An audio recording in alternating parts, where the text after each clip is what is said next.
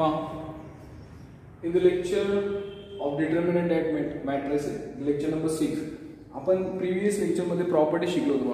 Previous lecture मध्ये काय शिकलो होतो? Properties of determinant. 6 प्रॉपर्टीज पाहिल्या होत्या, मी ते एक्सप्लेन केले होते. ओके, त्या प्रॉपर्टीज एकदा छोटेसे रिकॉल केले आपण. तर प्रॉपर्टी नंबर 1 काय होती मला? जे रोज आहेत ते जर मी कॉलमच्या फॉर्मॅटमध्ये लिहिले किंवा ते कॉलम्स आहेत ते मी जर रोजच्या फॉर्मॅटमध्ये लिहिले तर डिटरमिनंटमध्ये काहीही बदल होत नाही. डिटरमिनंटमध्ये काहीही बदल होत नाही. प्रॉपर्टी नंबर 2 काय होती? जर मी कोणत्या पण 2 रो किंवा कोणत्या पण 2 कॉलम जर इंटरचेंज केले, कोणते पण 2 रो किंवा कोणते पण 2 कॉलम जर काय केले, इंटरचेंज केले, काय केले, इंटरचेंज केले, तर त्या डिटरमिनंटची साइन काय होते? बदलते. व्हॅल्यू तीच राहते पण साइन काय होते? चेंज. नेक्स्ट प्रॉपर्टी काय होती? डिटरमिनंटमध्ये कोणते पण 2 रो किंवा कॉलम जर सेम टू सेम असतील, जर काय असतील सेम टू सेम असेल तर त्या डिटरमिनंटचा आन्सरच 0. काय तर 0. नेक्स्ट प्रॉपर्टी अशी होती, जर डिटरमिनंटचा एखादा रो किंवा कॉलम जर ॲडिशन किंवा सबट्रॅक्शनच्या फॉर्मॅटमध्ये असेल तर त्याचे मी 2 सेपरेट डिटरमिनंट करू शकतो. 2 सेपरेट काय करू शकतो? डिटरमिनंट मी काय करू शकतो. नेक्स्ट प्रॉपर्टी अशी होती, जर डिटरमिनंटमध्ये समजा मी जर असं केलं, जर अप्पर ट्रायंगल म्हणजे डायगोनलच्या वरचे एलिमेंट किंवा डायगोनलच्या खालचे एलिमेंट जर 0 असतील, सगळे काय असतील? सगळे 0चे 0 असतील, तर डिटरमिनंटचा आन्सर म्हणजे त्या जे डायगोनल एलिमेंट आहे त्याचं मल्टिप्लिकेशन असतं. डायगोनल एलिमेंटचं काय असतं बाळांनो? मल्टिप्लिकेशन असतं. समजतं तुम्हाला? ओके, अतिशय सोपं आणि सगळे. ओके, आता पहा नेक्स्ट पार्ट आहे. नेक्स्ट पार्ट आहे that is exercise 4.2. Exercise that is 4.2. त्याच्यामध्ये त्यांनी काय सांगितलं पहा आपल्याला, without expanding evaluate the following determinant. Without expanding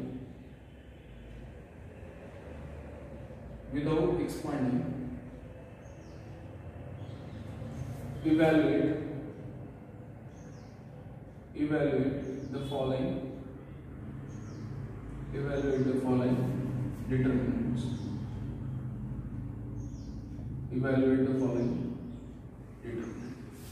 Without expanding, evaluate the following determinant. That example number 1 आहे.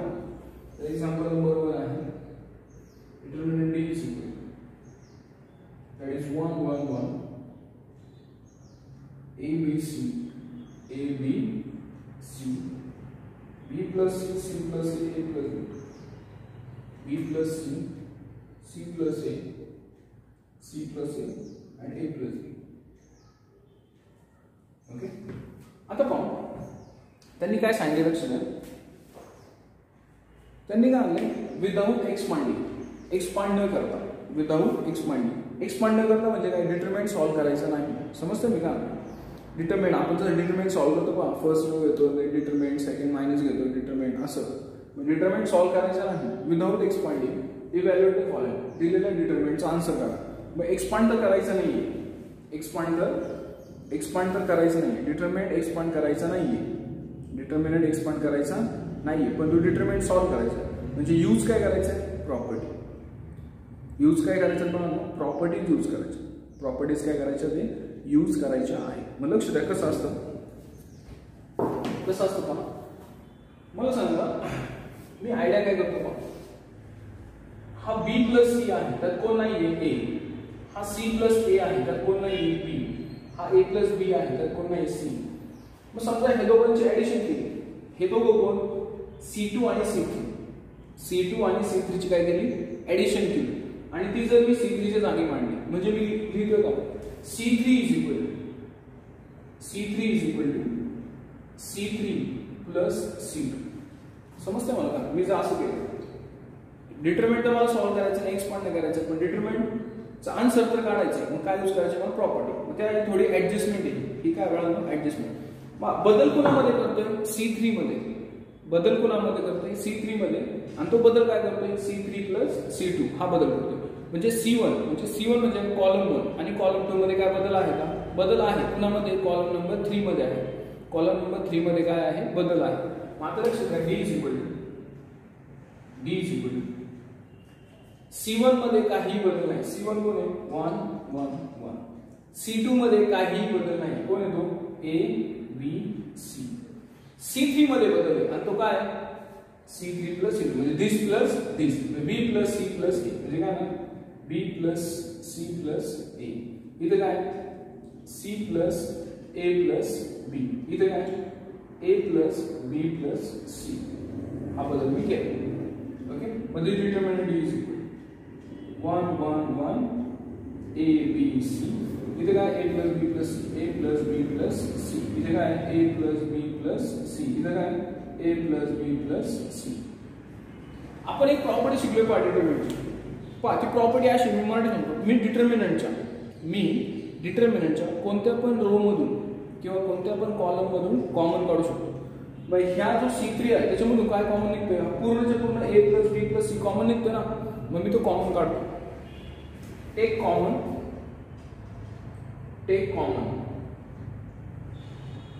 A plus B plus C from C3.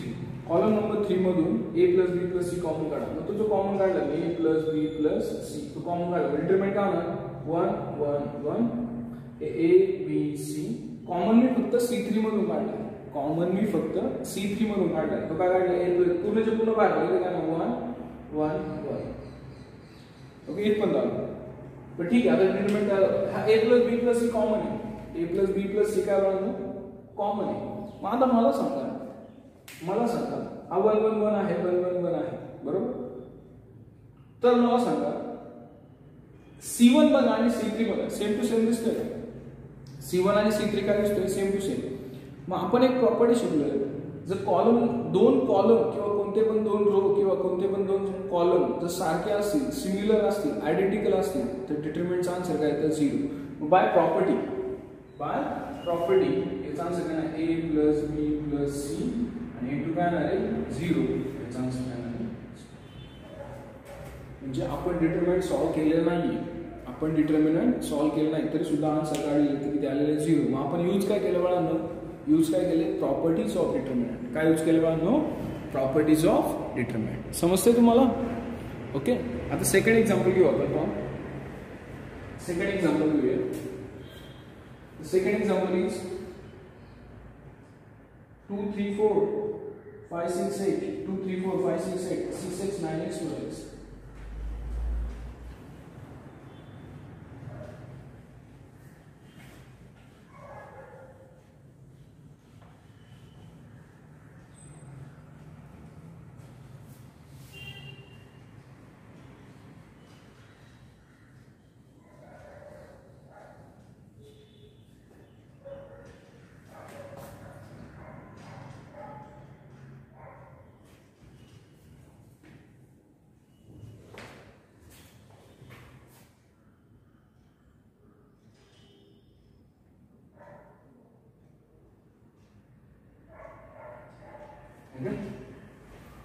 आता पहा एक्झाम्पल हेडिंग तेच आहे. Without expanding evaluate the following determinant. Expand न करता, determinant solve न करता प्रॉपर्टीचा use करून करा हे सॉल्व्ह करा. आता मला सांगा, मी तुम्हाला आता शिकवलंय, आता प्रॉपर्टीमध्ये सांगितलंय की मी डिटरमिनंटच्या कोणत्या पण रो मधून किंवा कोणत्या पण कॉलम मधून काय काढू शकतो? कॉमन काढू शकतो, बरोबर? मग आता लक्ष द्या, ही जी थर्ड रो आहे R3, this is R1, this is R1, this is R2, this is R3, this is C1, this is C2 and this is C3. हे तुम्हाला कळतंय. म्हणजे ह्या R3 मधून मी काय कॉमन काढू शकतो? 3x. काय कॉमन काढू शकतो? 3x. Take 3x common from R3. 3x common काढल्यानंतर येणार काय? 2 3 4 तसंच 5 6 8 तसंच. 3x कॉमन काढल्यानंतर इथे काय येणार? 2.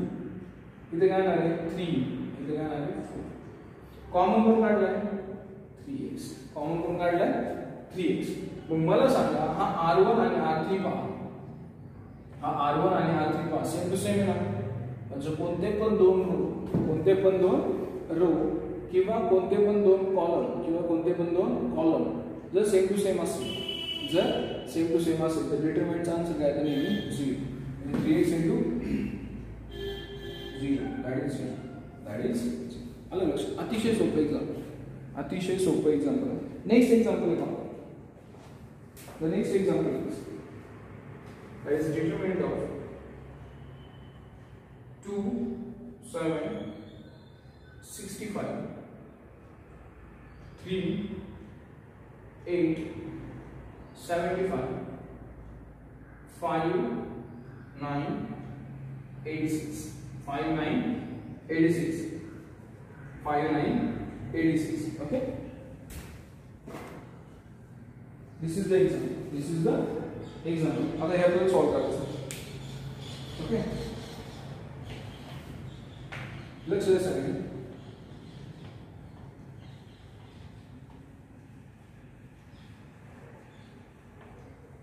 आता लक्ष द्या. मला सांगा याच्यामध्ये तुम्हाला असं काही सिमिलर वाटत नाही, पण आपण काहीतरी क्रिएट करू. काय करू? क्रिएट करू. आपण C3 मध्ये चेंज करू थोडं. मला सांगा 7 ला जर 9 ने मल्टिप्लाय केलं 7 9 63, 65 मायनस 63 किती? 2. याला जर 9 ने मल्टिप्लाय 9 8 आहे 72, 75 वजा 72 उत्तर आले किती? 3. 9 9 किती? 81, 86 वजा 81 उत्तर किती आले? 5. म्हणजे असं काहीतरी ट्रिक असते. म्हणजे मला बदल कोणामध्ये करायचा आहे? C3 मध्ये. आणि तो बदल कसा आहे बघा. C3 इज इक्वल टू, लक्षात, C3 is equal to C3 minus 9 times C2. C3 minus 9 times C2. बदल कुणामध्ये? बदल फक्त C3 मध्ये आहे. बदल कुणामध्ये? फक्त C3 मध्ये. C1 आणि C2 मध्ये काही बदल नाही, काही बदल नाही. आपण डिटर्मिनंटच्या रेग्युलर मेथडने सॉल्व करत नाही. आपण डिटर्मिनंटच्या रेग्युलर मेथडने एक्झाम्पल सॉल्व करत नाही आहोत. समजतंय का? आपण काय यूज करतो? प्रॉपर्टीज आणि काही ऍडजस्टमेंट्स. ओके. मग आता C3 is equal to C3 minus 9 times C2. C1 मध्ये काहीच बदल नाही. C1 मध्ये काहीच बदल नाही, दॅट इज 2 3 5. C2 मध्ये काहीच बदल नाही, 7 8 9. बदल कोणामध्ये? C3. मग C3 मध्ये बदल काय बघा. हे बघा, हा फॉर्म्युला आपण तयार केला. मग C3 म्हणजे 65 वजा 9 गुणिले 7 म्हणजे 65 वजा 63 उत्तर किती आलं? 2. म्हणजे तो उत्तर किती आहे? 2. किती आहे? इथं आन्सर काय आहे? 2. ओके. आणि नाव आता पहा दुसरं काय? 65 minus 9 into 8 that is answer काय आहे? 3. इथं आन्सर काय आलं? 3. आणि इथं काय आहे? इथं आन्सर काय आहे? 5. इथं आन्सर काय आहे? 5. मग by using properties, by using प्रॉपर्टीनुसार याचा आन्सर काय आहे? बाय युजिंग प्रॉपर्टी याचा आन्सर काय आहे सांगा. C1 इज इक्वल टू काय? C3. याचा आन्सर काय आहे सांगा. हे दोन्ही कॉलम्स काय आहे? सिमिलर आहे. सिमिलर असेल आन्सर काय आहे? आन्सर काय आहे? अशा पद्धतीने आपण डिटरमिनंट सॉल्व न करता, अशा पद्धतीने आपण डिटरमिनंट सॉल्व करण्याचा प्रॉपर्टी यूज करून आन्सर काय केलेले आणलेला आहे. ओके. आता पहा फर्स्ट एक्झाम्पल जे आहे आपण संपलेला आहे. First question. The second question is what?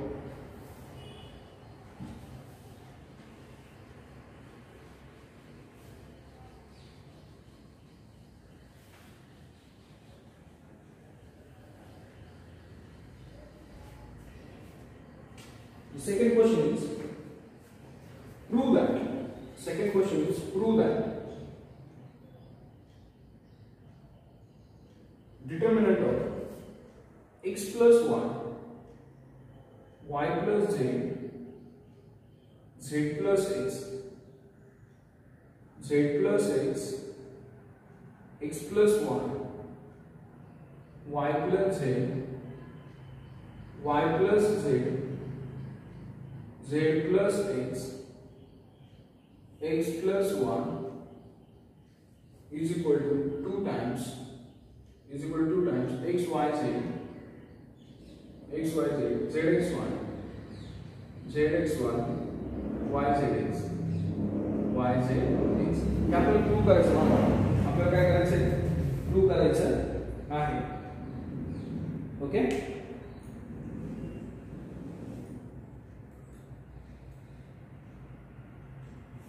Okay, लक्ष द्या. आता पहा, आता हे LHS इक्वल टू काय प्रूव्ह करायचे आपल्याला? RHS. हे एक्झाम्पल नीट पहा. LHS इक्वल टू आपल्याला प्रूव्ह काय करायचे? RHS. मग आता पहा, पहिल्यांदा आपण LHS सॉल्व्ह करायला घेऊ. What is LHS? LHS is x plus 1 y plus z z plus x, that is z plus x x plus 1 y plus z y plus z z plus x x plus 1.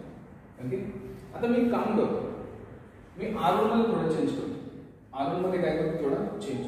R1 म्हणजे first row. R1 मध्ये असा change करतो, R1 is equal to R1 plus R2 plus R3. तिघांची बेरीज होतो. R1 च्या जागी R1 plus R2 plus R3. Okay, बदल कोणामध्ये बदल R1 मध्ये आहे. बदल कोणामध्ये? R1. R2 आणि R3 मध्ये काही बदल नाही. R2 आणि R3 मध्ये काही बदल नाही. मग R1 plus R2 plus x किती वेळा आहे? 2 वेळा. y किती वेळा? 2 वेळा. z किती वेळा? 2 वेळा. म्हणजे इथे काय आहे? 2x plus 2y plus 2z. Same इथं काय होणार? 2x plus 2y plus 2z. इथं सेम येणार 2x plus 2y plus 2z. बरोबर. What is R2? What is R2? z plus x. इथं काय? x plus 1. इथं काय? y plus z. इथं काय? y plus z. इथं काय? z plus x. इथं काय? x plus 1. इथे काय? x plus 1. हे इथपर्यंत आलं. नंतर इथपर्यंत आल्यानंतर ह्या R1 मधून मी 2 कॉमन काढू शकतो. 2 काय काढू शकतो? कॉमन. जर 2 कॉमन काढला, इथे काय होणार? x plus y plus z. काय होणार? x plus y plus z. इथे काय होणार? x plus y plus z. इथे काय होणार? x plus y plus z. इथे काय? z plus x. इथे काय? x plus 1. इथे काय? y plus z z plus x x plus 1. आता काय काम करतो मी? मला सांगा, समजा मला आता तिथे नीट बघा जरा, इथं x y z पाहिजे. समजा इथे x येण्यासाठी यातून y आणि z सबट्रॅक्ट झाला पाहिजे. इथं y साठी z आणि x सबट्रॅक्ट झाला पाहिजे. इथं z आणि साठी x आणि y सबट्रॅक्ट झाला.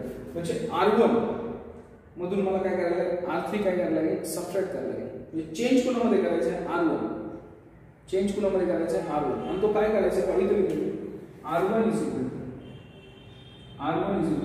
R1 minus R3. R1 is equal to R1 minus R3. मग बदल कोणामध्ये? R1 मध्ये. म्हणजे is equal to 2 बरोबर. x plus y plus z minus y minus z. बरोबर ना? मग y गेला, z गेला, उरला काय? x. उरला काय? x. इधर R1 minus R3 ना, z गेला, x गेला, उरला कोण? y. कोण उरला? y. नंतर R1 minus R3 ना, xy गेला, उरला कोण? z. उरला कोण? z. आणि R2 आणि R3 मध्ये काहीच बदल नाही, म्हणजे जैसे थे. ओके, मग काय? z plus x. इथं काय? x plus 1. इथं काय? y plus z. that is y plus z plus x plus 1. Okay, इथपर्यंत आलं. आता लक्ष द्या, आता पुढे बघा. मला इथं आणायचे zxy. काय आणायचे? zxy म्हणजे x सबट्रॅक्ट करायचं. x काय करायचं? सबट्रॅक्ट. मग इथं z प्लस यातून जर हे मायनस केलं, R2 मधून R1 मायनस, x ला x जाईल, y ला y जाईल, z ला z जाईल. इथे काय? zxy. राईट ना? म्हणजे चेंज कोणामध्ये करायचं आहे? मला R2 मध्ये. काय करायचं? R2 मध्ये. म्हणजे R2 is equal to R2 minus R1 2 times. R1 मध्ये काय बदल आहे का? नाही. that is x y z. बदल कोणामध्ये? R2. बदल कोणामध्ये? R2 मध्ये बदल आहे. आणि तो बदल काय? R2 minus R1. दिस माय x ला x गेट कॅन्सल, आन्सर काय आलं? z. y ला y गेट कॅन्सल, आन्सर काय आलं? x. z ला z गेट कॅन्सल, आन्सर काय आलं? y. R3 मध्ये काही बदल नाही. R3 is y plus z plus x plus 1. Okay, आता मला सांगा, मला इथे काय आहे? y z x झेडला झेड घालायचं, एक्सला एक्स घालायचं, वायला वाय घालायचं. म्हणजे R3 मध्ये बदल करायचा आहे, R2 सेपरेट करायचं. मग R3 is equal to R3 minus R, म्हणजे काय 2 टाइम्स. बदल कोणामध्ये बदल R3, R1 R2 मध्ये, म्हणजे रो 1 आणि रो 2 मध्ये काही बदल नाही. X Y Z, Z X Y, R3 minus R2, Y झेडला झेड कॅन्सल वाय, एक्सला एक्स कॅन्सल झेड, वायला वाय कॅन्सल एक्स. मग अशा पद्धतीने LHS इक्वल टू काय RHS. व्यवस्थित हे एक्झाम्पल बघून घ्या बाळांनो, व्यवस्थित हे एक्झाम्पल बघून घ्या आणि एक्झाम्पल कसं सॉल्व केले, काय सॉल्व केले हे लिहून घ्या किंवा व्यवस्थित घ्या. पूर्ण आन्सर आहे examples. Okay.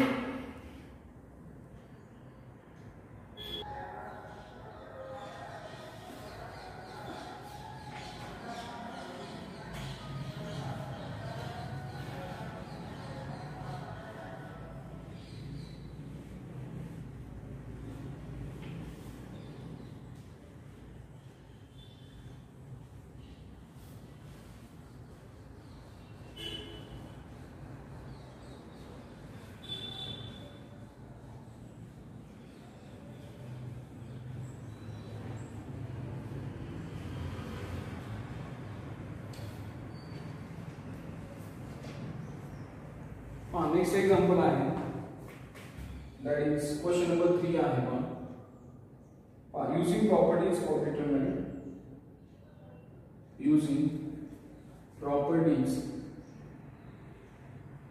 Determinant, using properties of determinant, show that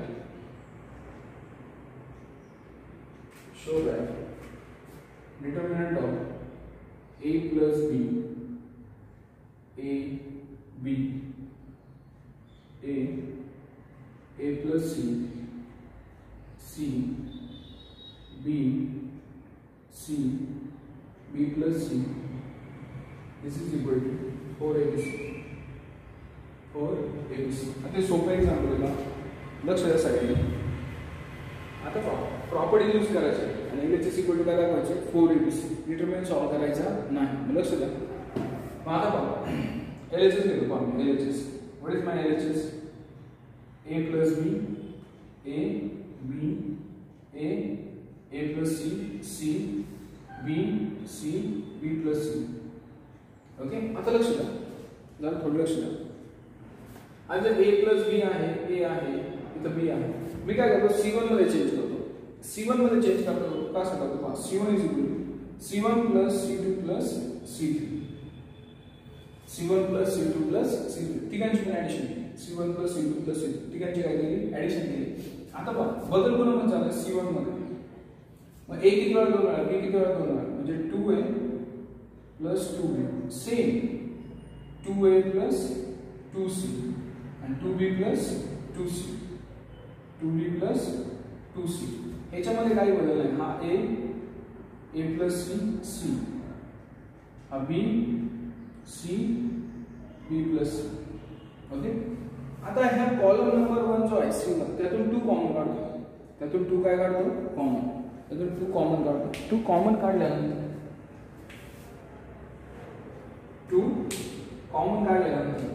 2 common काढले, आतमध्ये काय येतं a plus b, इथे काय येतं a plus c, इथे काय येतं b plus c.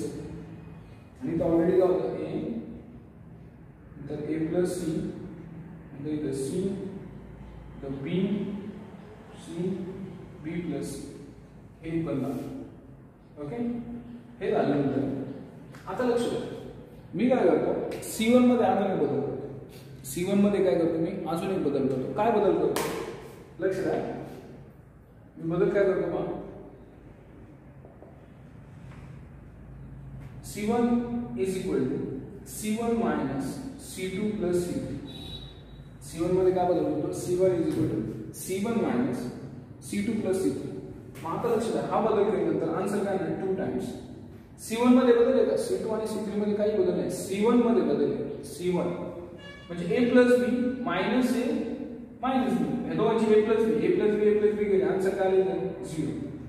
नंतर इथे a plus C minus a plus C म्हणजे ऍक्च्युली -2c होणार म्हणजे इथं काय होणार मायनस हे सॉल्व करा उत्तर काय येतं मायनस आणि तर सी ला C get cancel that is इथं आलं -c that is a plus C right आपले छोटे कॅल्क्युलेशन करू a plus C minus a plus C plus म्हणजे a plus C minus c minus 2c a ला गेट कॅन्सल उत्तर काय आलं -c. नंतर इथे काय होणार b plus C minus b plus C minus c plus b plus C म्हणजे काय होणार b plus C minus 2c minus b get cancel इथे सुद्धा काय होणार -2c plus c that is -c. इथे a प्लस c इथे c इथे b इथे c इथे b प्लस c इथपर्यंत आलं.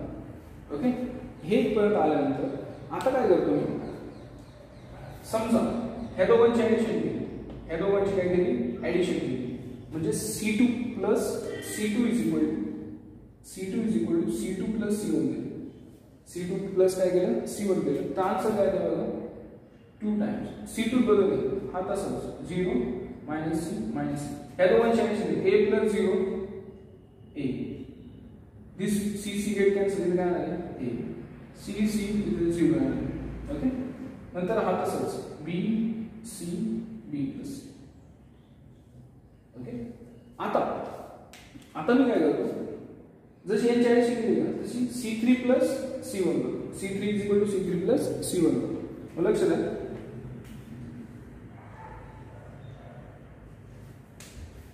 म्हणजे काय म्हणणार c3 is equal to c3 plus काय करतो c1 2 टाइम्स पहा c3 बदलले c1 तसा 0 मायनस c मायनस c नंतर इथे काय होतो a इथे येतो 0 हां c3 प्लस c1 मग b plus 0 b c minus c 0 नंतर b plus c minus c काय आहे b काय वाढलं b आले इथपर्यंत ना मला सांगा मी तुम्हाला शिकवले बघा मी तुम्हाला काय शिकवले बघा मी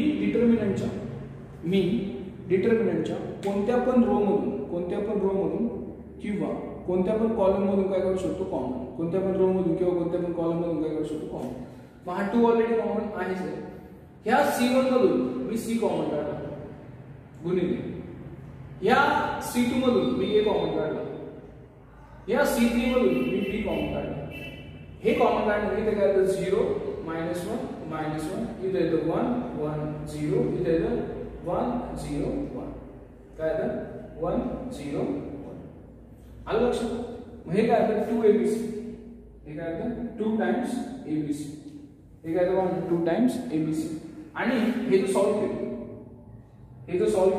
हा डिटरमिनंट आता काय करतो मी सॉल्व डिटरमिनंट का सॉल्व करतो तुम्हाला माहिती आहे 0 in bracket 1 into 1 1 minus 0 into 0 0 he always -1 row column सोड केला 1 into -1 plus 0 plus 1 0 plus 1 and the solve केलं 2 abc in bracket 0 देतो -1 into -1 plus 1 into 1 that is 2 abc into 2 that is 4 abc याचा आन्सर काय येतो 4 abc म्हणजे LHS equal to काय येतो RHS LHS इक्वल टू काय येतो RHS अतिशय सोपं आहे अतिशय सोपं आहे मग LHS इक्वल टू काय आले म्हणतो RHS अशा पद्धतीने आपलं हे लेक्चर संपलेलं आहे